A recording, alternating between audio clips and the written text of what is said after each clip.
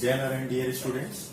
I am Ashish Srivastava here, your biology teacher, and today we will study the chapter 6, the tissue. Tissue is the level of organization in our body, and you know that level of organization starts right from the molecular stage. Different level of organizations they exist in our body. The lowermost is molecular level, then molecule form these cells. So cellular level of organization, then cell make tissue, tissue level of organization. Even the group of tissue, they perform one type of function and they make tissue system. And in the same way, tissue system when associated with a particular function, they make one particular organ, then it is known as organ. And if organs performing one type of function are associated, they form organ system. And the variety of organ system, they constitute our body. So our body is made up of variety of organ systems. We are the complex animal. In the same way, plants, those plants are very complex. Their body is also made up of organ system. But which is the basic level of organization? So the basic level of organization is that from where function starts in our body. But this function starts in a group. You have seen in your society that variety of group of peoples are there. These are official groups, the private groups, those are performing variety of acts, those are associated with variety of function.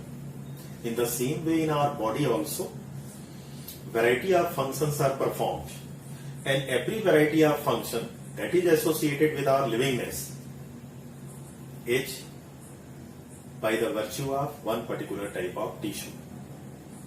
So tissue are group of cells, those perform one particular type of function. When you define tissue, you can say tissue are group of similar or dissimilar cells having common origin and common function. This is a very simple definition of tissue. Now coming to the plant tissue.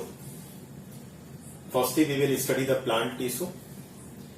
Plant and animal have got some differences, like plants rarely move, while animals have one of the basic ability of movement and locomotion.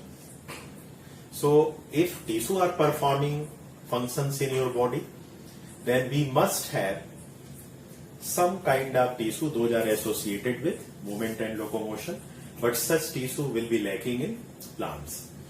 In the same way, growth occurs throughout the body of animals, but growth is restricted to certain parts of plant.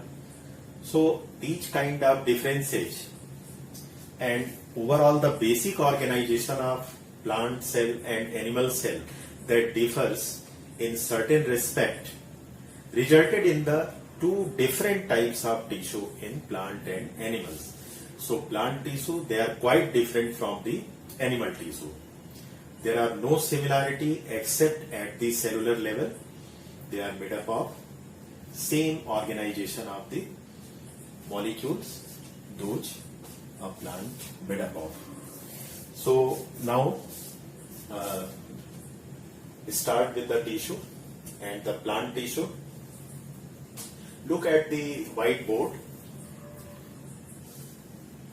Plant tissue means tissue those are present in plant, and plant tissue are basically divided into two parts, the meristematic and the permanent. Meristematic, it is derived from the word meristose. Meristose means division. So group of cells, those have got the capability of division. They are called as meristematic, and those completely lack the ability of division are known as permanent.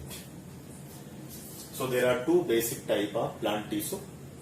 Now coming to the meristematic tissue.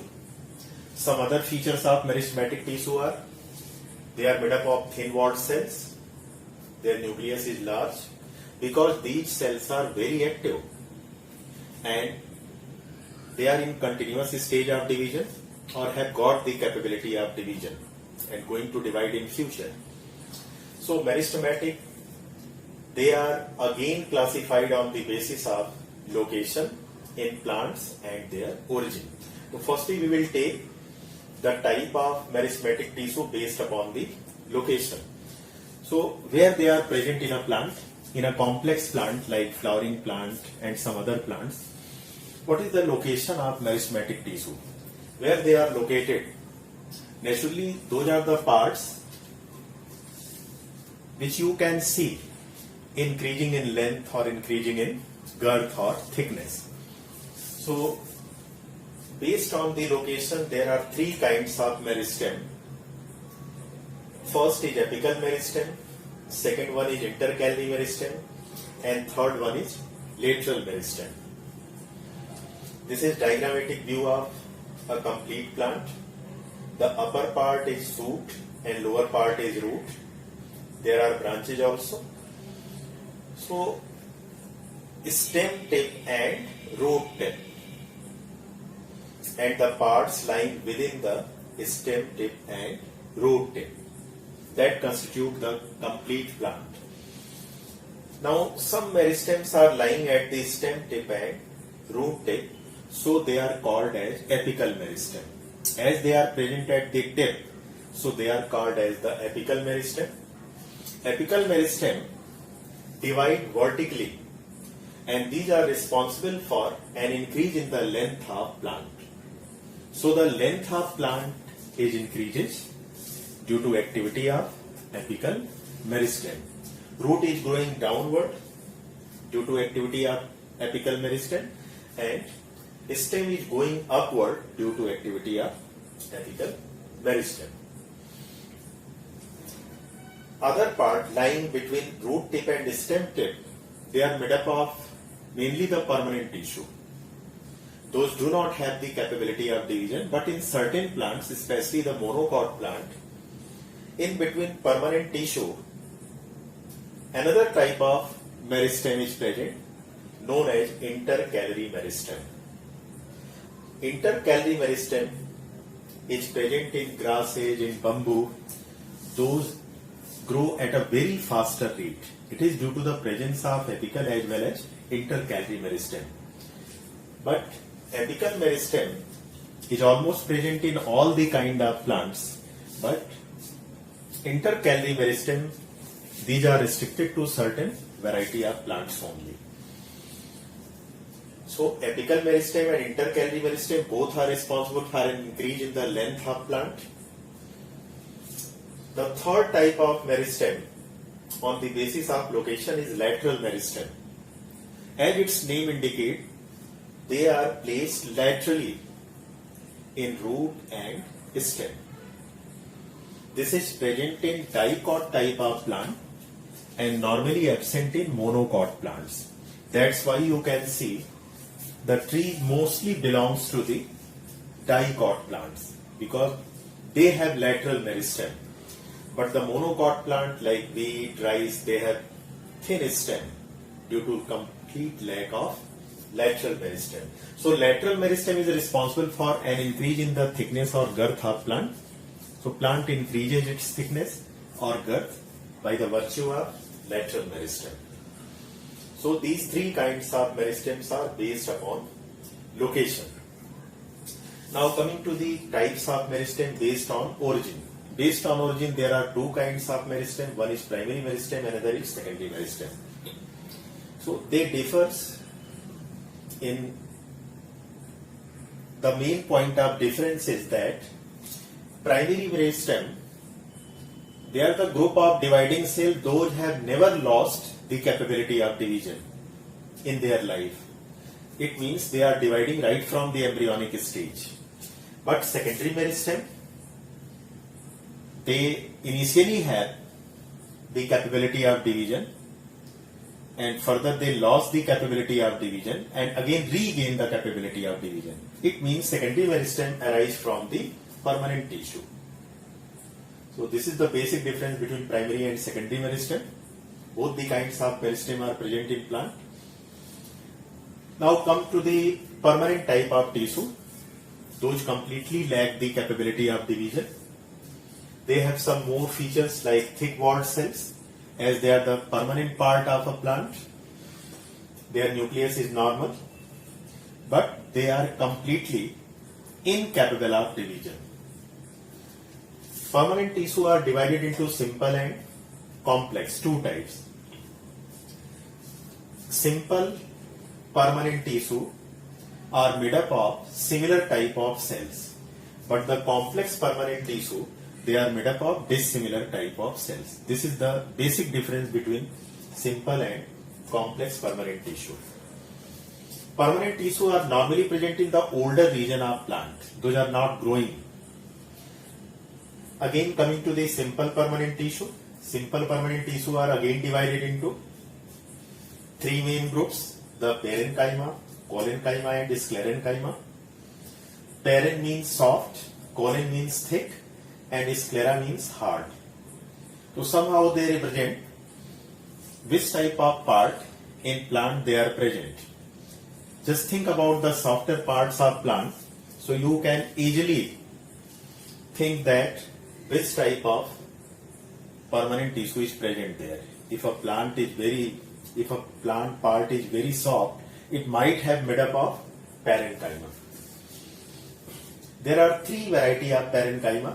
One is simple parenchyma, second is erenchyma, third is chlorenchyma. Simple parenchyma is most abundant and form most of the part of a young plant. Its function is the storage of water and nutrients. Second one is erenchyma.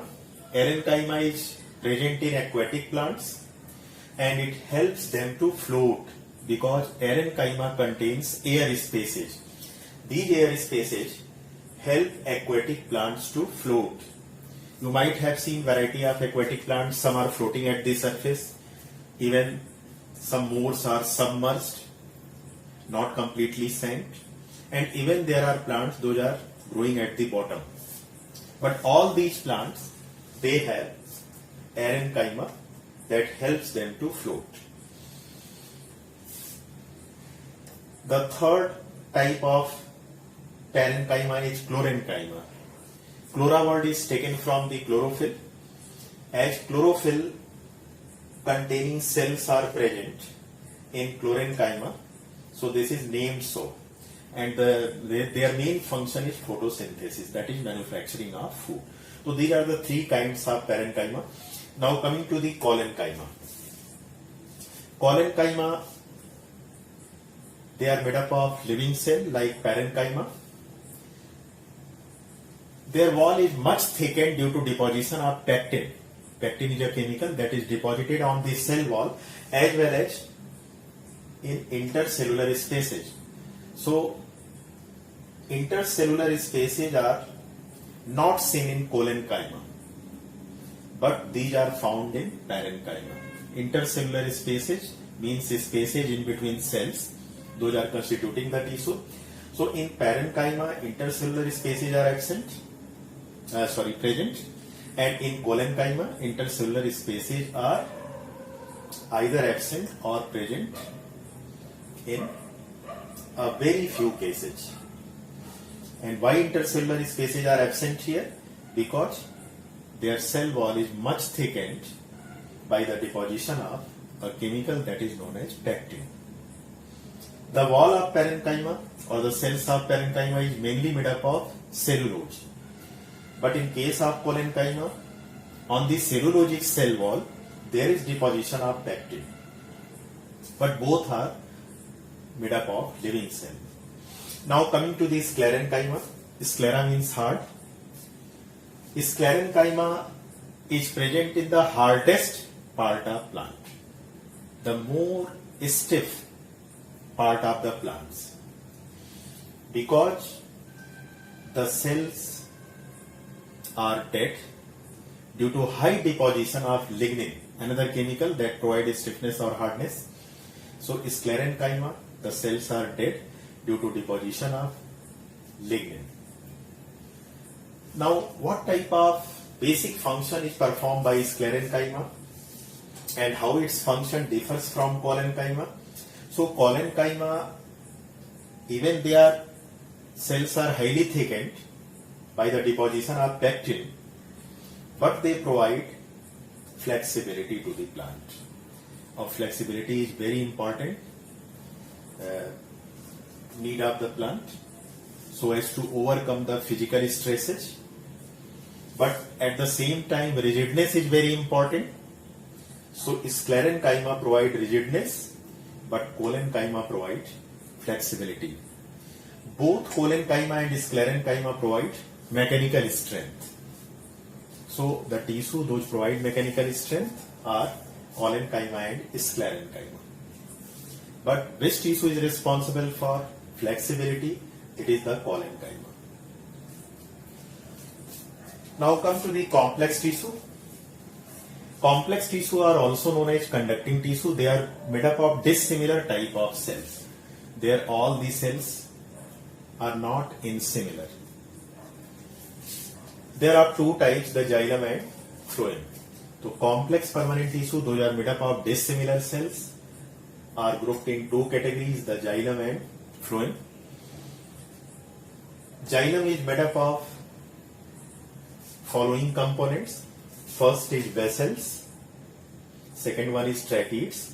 So either vessel or tracheids is present. Vessels are present in higher plant, tracheids are present in lower plants. In addition to the vessel or tracheid, xylem is made up of xylem parenchyma and xylem fibers also. Vessels are elongated tube-like structure having a broad lumen, but tracheids are having some narrow lumen, and tracheids are also tapering at the both ends. Vessels are highly deposited with lignin, but tracheids are comparatively less deposited with lignin, but both have some pores, either guarded or non-guarded at their surfaces. These pores are known as pits. So pits are present. And why pits are present? Pits are present for the lateral movement of water. Xylem parenchyma is the living component of xylem. So except xylem parenchyma, all the three components of xylem are non-living. The function of xylem is the conduction of water and minerals. Now come to the phloem. Phloem is somehow softer than the xylem because it is made up of more living cells. Its component sieve tube, phloem parenchyma, companion cell and phloem fibers. So only the phloem fiber is non-living, other three components are living. The main conducting element is here sieve tube. As in the case of xylem, the main conducting element is vessel or tracheid. In the same way, in phloem, the main conducting element is sieve tube. Then comes the phloem parenchyma, companion cell. Sieve tube completely lack nucleus, so it is controlled by the companion cell. That's why its name companion cell is given. It helps in transport of food material. That function is taken by sieve tube. So companion cell helps them to transport the food material. Phloem fibers and xylem fibers both are sclerenchymatous fibers, but xylem fibers are more stiff and thick. Phloem fibers are fine. You can easily see these type of fibers in ropes. One fiber of rope is one sclerenchymatous fiber. So these fibers are meant to support the xylem and phloem. Phylum, the main function of phylum is to conduct food material in the form of liquid. So xylem and phloem, these two kinds of tissue are known as conducting tissue. So that is all about the tissue, the plant tissue. So next time we will study about the animal tissue, and your queries are welcome on WhatsApp as well as on my personal number. Thank you all of you.